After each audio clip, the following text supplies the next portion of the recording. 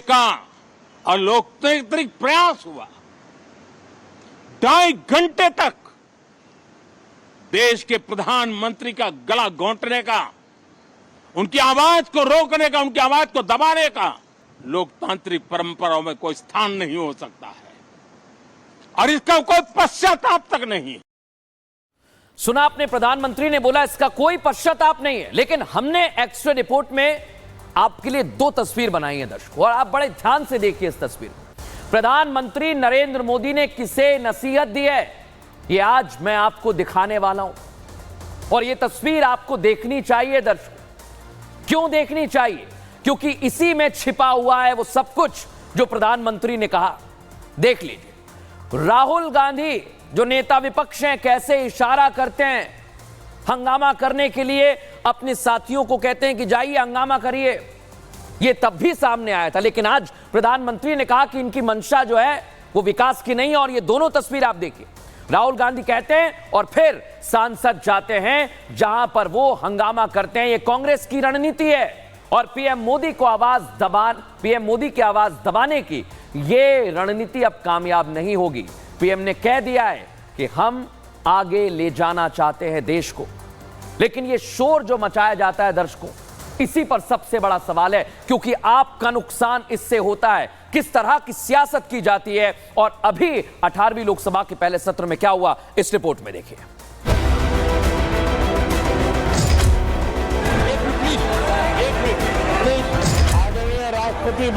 18वीं लोकसभा के पहले सत्र में पीएम के संबोधन की शुरुआत होते ही विपक्ष के कई सांसद अपनी सीट पर खड़े हो गए थे, नारेबाजी करने लगे। पीएम मोदी की आवाज को दबाने की कोशिश शुरू हुई।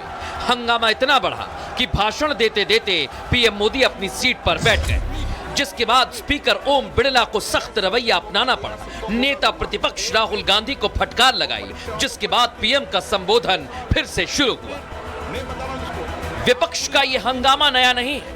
आज विपक्ष मजबूत स्थिति में है तो संविधान की दुहाई दे रहा है। जब लोकसभा और राज्यसभा में विपक्ष की ताकत कम थी, उस समय भी विपक्ष हंगामे को ही अपना हथियार बनाता था। जनता को इन सांसदों पर भरोसा नहीं था कि वो सदन में जाएंगे तो जनता से जुड़े मुद्दे उठाएंगे, लेकिन विपक्ष जनता की आवाज बनने की बजाय अपने शोर से संवैधानिक प्रक्रिया का गला घोंटता नजर आया। जब पीएम मोदी ने विपक्ष के इस रवैये पर प्रहार किया तो विपक्षी नेता तिलमिला उठे। दुख इस बात का हुआ कि जब नेता प्रतिपक्ष राहुल गांधी जी बोलने लगे तो बार बार उन्हें इंटरप्ट किया गया सत्ता पक्ष द्वारा। फिलहाल मॉनसून सत्र शुरू हो गया है। अब देखना यह होगा कि विपक्ष सत्र को सुचारू रूप से चलने देता है या ये सत्र भी हंगामे की भेंट चढ़ जाएगा।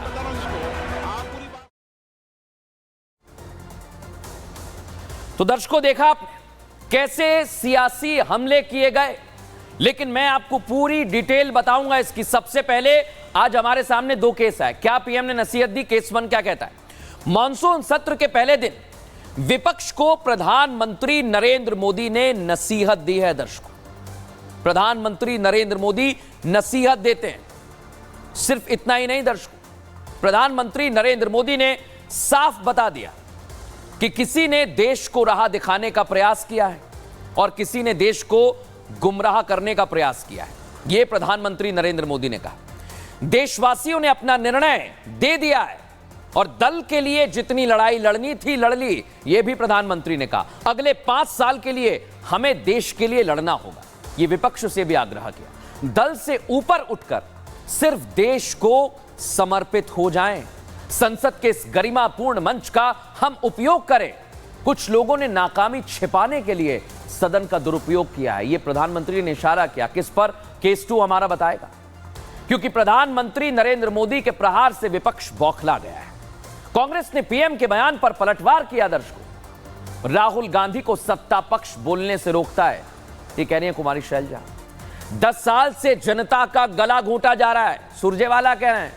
आम आदमी पार्टी भी अभी भी राजनीति कर रही है, तीखी प्रतिक्रिया दी। पीएम मोदी सभी संस्थाओं को बर्बाद कर रहे हैं। आप सोचिए, एक तरफ प्रधानमंत्री कह रहे हैं कि अभी आप भूल जाइए लड़ाई को, देश को आगे ले जाने का वक्त है, लेकिन अभी भी इस मसले पर सियासत हो रही है। देखिए जरा क्या कहा जा रहा है। 140 करोड़ देशवासियों का गला 10 साल से मोदी जी ने घोट रखा है। कभी अपने जहन में झांक कर उसकी भी बात देख लें। और जहां तक संसद का सवाल है, संसद का तिरस्कार, संसद की अनदेखी और संसद को एक तरह से कठपुतली बनाए रखने का काम वो प्रधानमंत्री मोदी जी ने किया है। और व्यवधान प्रधानमंत्री जी को क्यों लगता है कि जानबूझ के कोई व्यवधान डालेगा? आपने महंगाई देश में बढ़ा दी, बेरोजगारी बढ़ा दी, किसानों के एमएसपी दी नहीं, तो ये सारे मुद्दे तो जरूर उठेंगे ना। और विपक्ष में हम लोग हैं तो काम क्या है हमारा? अगर जनता के बुनियादी मुद्दे नहीं उठाएंगे तो खाली वहां पे चेहरा दिखाने तो हम जाते नहीं हैं।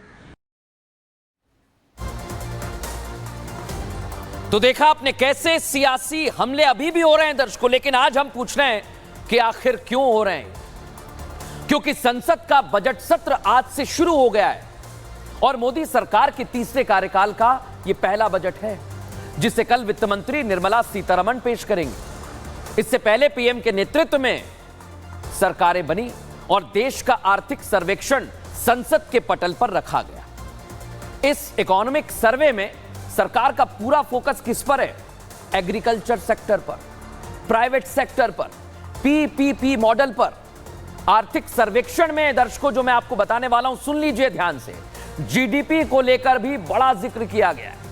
इसमें कहा गया कि देश की जीडीपी ग्रोथ का अनुमान 6.5 से 7% तक रह सकता है। और जीडीपी ग्रोथ के साथ ही सरकार के सामने आने वाली चुनौतियों का भी जिक्र किया गया है। दोनों बातें कही गई हैं। वित्त मंत्री ने बताया है ग्लोबल चुनौतियों की वजह से सरकार के सामने एक्सपोर्ट के मोर्चे पर थोड़ा सा झटका लग सकता है, लेकिन सरकार इसे लेकर पूरी तरह से सतर्क है दर्शकों, और इसके लिए कारगर कदम भी उठाए जा रहे हैं। आर्थिक सर्वेक्षण में आपके लिए एक राहत भरी खबर है और उम्मीद जताई गई है वित्तीय घाटे को लेकर। इसमें अनुमान जताते हुए कहा गया है कि वित्तीय वर्ष 2026 तक भारत का वित्तीय घाटा 4.5% पर आ जाएगा। यह अच्छी बात है, लेकिन बड़ी बात क्या है, इसको लेकर देश किस तरह से प्रगति कर रहा है, आपको बताते हैं। रामदास अठावले क्या कह रहे हैं। और ये बजट जो है, बजट 1 से 40 करोड़ लोगों को सामाजिक, आर्थिक, शैक्षणिक न्याय देने वाला बजट होगा। इस बजट में डेवलपमेंट के लिए मतलब बहुत ही ज्यादा पैसा देने का ऐलान जरूर उसमें हो जाएगा। और माननीय नरेंद्र मोदी जी का सोच है कि भाई हर वर्ग को न्याय मिलना चाहिए, हिंदू हो, मुसलमान हो, सिख हो, ईसाई हो, बुद्धिस्ट हो, जैन हो,